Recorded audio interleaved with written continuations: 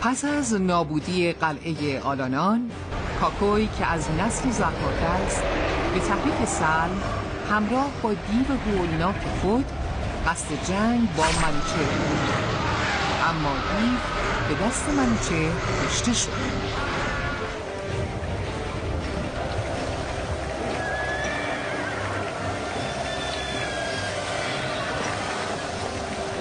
بار دیگر جنگی میان پادشاه و سلم در گرفت که این بار نیز منوچهر به پیروزی رسید.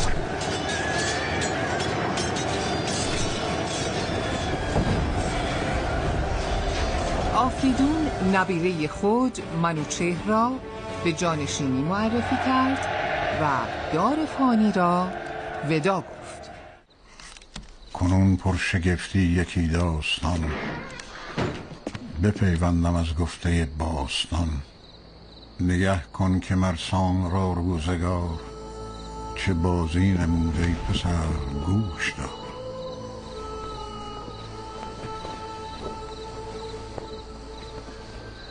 خداوندگارا، سال هاست که از فرزند محروم بود و کاشانم بیچراغ است. اینک پس از مدت ها بانوی خانم در انتظار مولودی است و من امیدوار به مهربانیت. سام در عبادتگاه خیش دست بر نیایش برداشته و از خداوند می‌خواهد فرزندش به سلامت دیده بر جهان باز کند. از سوی دیگر زنان پرده نشین نمی‌خواهند وی را از این مولود آگاه سازند، چرا که تفاوت بسیاری است بین این نوزاد و سایرین. جان شیرین، چگونه تو را به سام نریمان بنمایانم که رخ بر نتافته با تو مهر ورزد؟ بانو، بگذار من این خبر را نزد سام برم. هرچه باشد ایشان پدر است و در انتظار فرزند. پس مهتر نوزاد را در آغوش گرفت و نزد سام برد تا او نیز نظارگر فرزند باشد. سرورم، تو را مژده می دهم به فرزندی پاک که چهرهش به سان فرشتگان است. یزدان پاک نگهدارش باشد.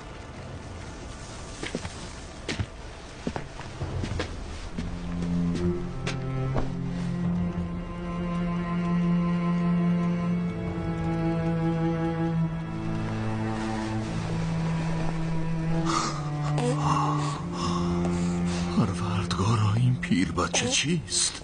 چرا چون فرزند دیوان موی سپید بر سر دارد؟ چگونه او را به دیگران بنمایانم؟ خداوندا، این است پاسخ راز و نیاز من؟ سام را در دل مهر پدری مرد و چشم از محبت فرزند فرو بست. پس مصمم شد تا فرزند را بر بلندای کوه دماوند، جایگاه سیمرغ، رها کرده تا سرنوشت برای وی هرچه خواهد رقم زند.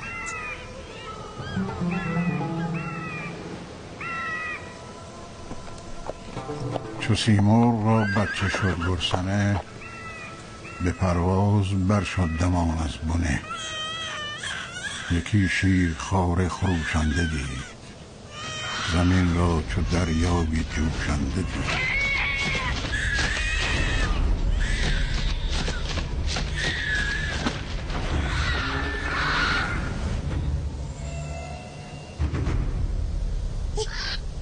خداوندگار هستی از مهر خود بر این نوزاد بینوا رحم آورد و سیمرغ را به دایگی وی برگزید. او زال را برگرفته و به لانه خود بر بلندای دماوند جای داد. زال در کنار فرزندان سیمرغ رشد کرده در آنچه مادر برای ایشان شکار می کند شریک است. سیمرغ زال را چون فرزندان خود با دشواری‌های زندگی آشنا کرده و او را تعلیم می‌دهد. کودک دیروز رفته رفته به پهلوانی پرقدرت تبدیل می‌شود که می‌تواند با اهریمن پنجه در پنجه افکنده و بر ظلمت پیروز گردند.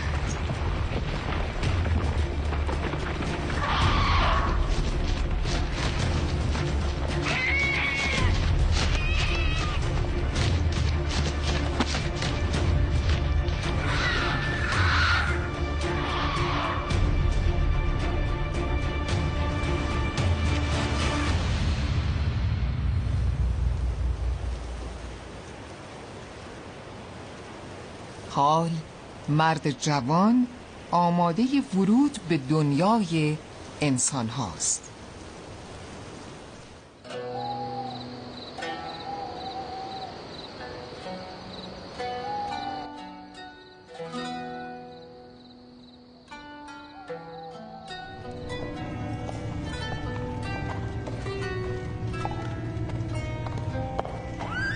آن ایسان تو را مژده می‌دهم بهزاد که اینک برومند شده و فخر زمین و زمان است. ای سام بدان که پری زریباست.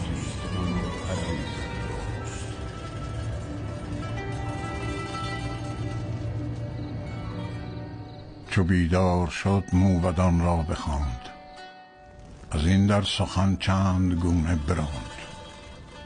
چه گویید گفتن در این داستان، خردتان بر این هست هم داستان. با تو میگویم ای فرزند، از آنچه خداوند آفریده حیوان یا انسان، همگی فرزند خیش چون جان شیرین گرامی داشته و بر وی رحم آورده. چگونه است که تو پهلوان زابلستان این گونه بر طفل خود جفا کردی؟ اما بدان که خداوند بخشنده است.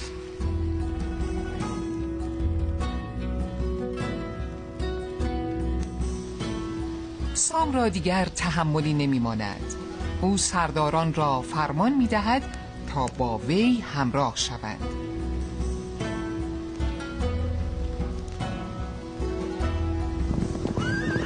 سام خود را به دامنه‌های دماوند می‌رساند تا هرچه زودتر فرزند را دیدار کند.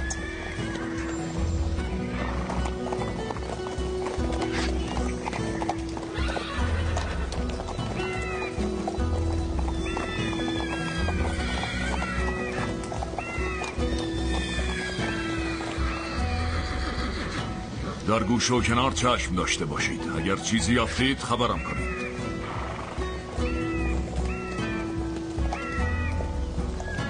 سمندر ثریا یکی کوه دید که گفتی ستاره بخواهد کشید.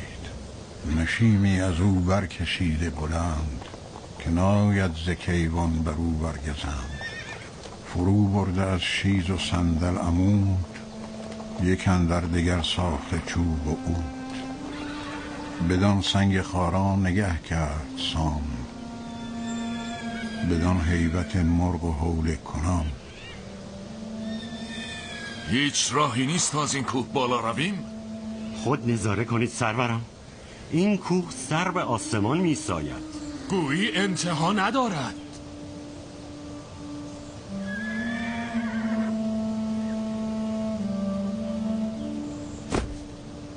یزدان پاک مرا یاریده. تو خود خواستی که همکنون در این مکان و در طلب فرزند باشم. راه رسیدن به وی ندانسته و در بازستاندن او عاجزم. سام غرور خود شکسته و از خداوند طلب فرزند می کند. سیمرغ از بلندای کوه او را می بیند و از زال می خواهد تا نزد پدر برگردد. پدرت سام نریمان بر پای کوه نشسته و منتظر دیدار توست. اما من خود را فرزند تو میدانم که تمام این سالها در آغوش پرمهرت مرا پروراندی. او جهان پهلوانی نامدار است، آمده تا تو را به میان انسانها برده و آنچنان که مستحقی رفتار کند. بر پشت من بنشین تا تو را نزد او برم. لیکن این را بدان که هر زمان روزگار بر تو سخت آمد، یکی از پرهای مرا که به تو می سپارم بر آتش می‌ری تا همان زمان به سوی تو شتابم و تو را مدد رسانم.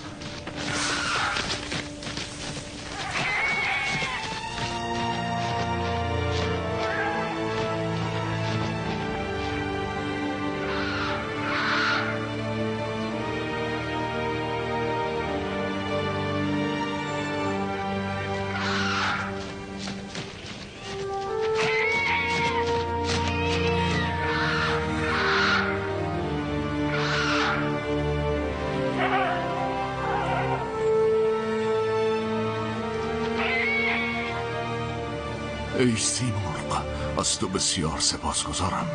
من فریب شیطان خوردم و فرزند خیش پاره جگرم را از خود دور ساختم، اما تو چون مادری او را در کنار خیش پرورده و از مرگ نجات دادی. تنش را یکی پهلوانی قبای، بپوشید و از کوه بگذارد پای. فرود آمد از کوه و بالای خواست، همان جامه خسروآرای خواست. سپه یکسره پیش سام آمدند، گشاده دل و شاد کام آمدند.